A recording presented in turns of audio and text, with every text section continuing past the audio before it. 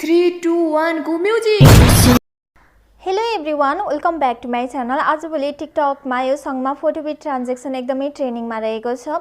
So आज म हजुरहरूलाई यस्तै टाइपको भिडियो कसरी बनाउने सम्पूर्ण जानकारी लिएर आइरहेको छु। सो भिडियोलाई बीचमा स्किप नगरिकन अन्तिमसम्म हेरिदिनु होला। र अब चाहिँ मैले हजुरहरूलाई आफ्नो मोबाइलको स्क्रिन देखाउनु पर्ने हुन्छ। सो फर्स्टमा क्यापकट एपलाई ओपन गर्ने, न्यू प्रोजेक्टमा क्लिक गरेर आफ्नो ग्यालरीमा भएको 5वटा फोटोलाई चुज गर्ने र एड गर्ने। र अब भिडियोको लास्टमा क्यापकटको वाटरमार्क रहेको हुन्छ। सो इन्डिङ पार्टलाई सिलेक्ट गरेर डिलिट अप्सनमा क्लिक गरिदिने। र अब हामीले आफ्नो भिडियोको फर्मेटलाई चेन्ज गर्नुपर्ने हुन्छ। सो फर्मेटमा क्लिक गर्ने र 16:9 को रेसियोलाई चुज गर्ने।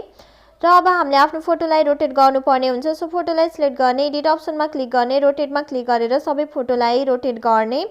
सो मैले आफ्नो सबै फोटोलाई रोटेट गरि पनि सकेँ। हजुरहरूले पनि आफ्नो सबै फोटोलाई रोटेट गर्नु होला। र अब हामीले आफ्नो फोटोहरूलाई जुम गर्दै स्क्रिनमा फिट गर्नुपर्ने हुन्छ। सो मेरो फोटो चाहिँ अलरेडी नै फिट भइसकेको छ। सो मैले चाहिँ केही पनि गरिनँ। सो हजुरहरूले स्क्रिनमा फिट गर्नको लागि फोटोलाई सिलेक्ट गर्ने र दुईवटा औँलाको सहायताले कतिको जुम गर्ने हो त्यही अनुसारले नै जुम गरेर स्क्रिनमा फिट गर्नुपर्ने हुन्छ। र अब हामीले आफ्नो फोटोको ड्युरेसन मिलाउनु पर्ने हुन्छ। सो फर्स्ट फोटोको ड्युरेसन हामीले 1.7 सेकेन्डको राख्नुपर्ने हुन्छ। त्यस्तै गरेर सेकेन्ड फोटोको ड्युरेसन हामीले 2.5 सेकेन्डको राख्नुपर्ने हुन्छ। र थर्ड फोटोको ड्युरेसन हामीले 2.5 सेकेन्डको राख्नुपर्ने हुन्छ। फोर्थ फोटोको ड्युरेसन हामीले 2.4 सेकेन्डको राख्नुपर्ने हुन्छ। र लास्ट फोटोको ड्युरेसन हामीले 2.1 सेकेन्डको राख्नुपर्ने हुन्छ।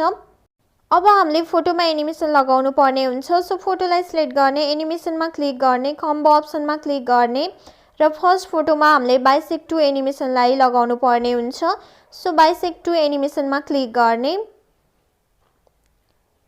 त्यस्तै गरेर सेकेन्ड फोटोलाई चुज गर्ने र अब बाँकी सबै फोटोमा हामीले पेन्डुलम 1 एनिमेसनलाई लगाउनु पर्ने हुन्छ।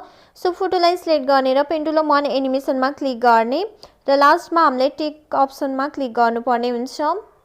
र अब हामीले आफ्नो भिडियोमा इफेक्ट लगाउनु पर्ने हुन्छ। सो इफेक्टमा क्लिक गर्ने, भिडियो इफेक्टमा क्लिक गर्ने र माथिपट्टि रहेको मोड अप्सनमा क्लिक गर्ने र सेकेन्डमा रहेको मिडियर अप्सनमा क्लिक गर्ने र टिक अप्सनमा क्लिक गर्ने।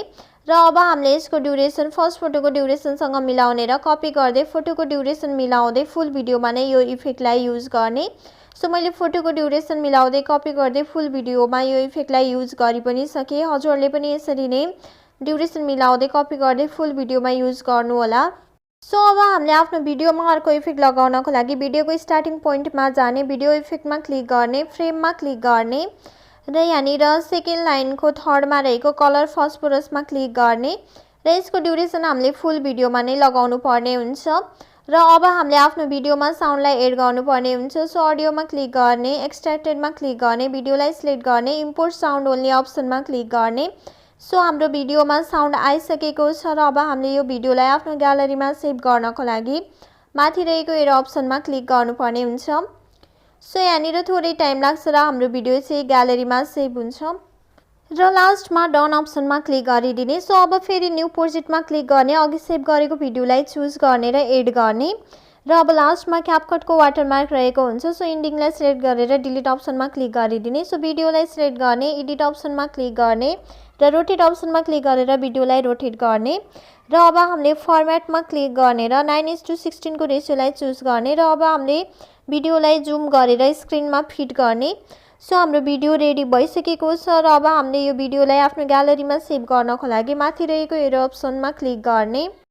सो यहाँनिर थोरै टाइम लाग्छ र हाम्रो भिडियो चाहिँ ग्यालरीमा सेभ हुन्छ र लास्टमा डन अप्सनमा क्लिक गरिदिने। सो आजको लागि यति नै। भिडियो कस्तो लाग्यो कमेन्ट बक्समा कमेन्ट गर्नुहोला र आगामी दिनमा यस्तै टाइपको भिडियो एडिटिङ हेर्न चाहनुहुन्छ र च्यानललाई सब्सक्राइब गर्नुभएको छैन भने च्यानललाई सब्सक्राइब गरी नजिकै रहेको बेल आइकनलाई पनि प्रेस गरिदिनु होला। Thank you so much for watching my videos. Bye bye, see you.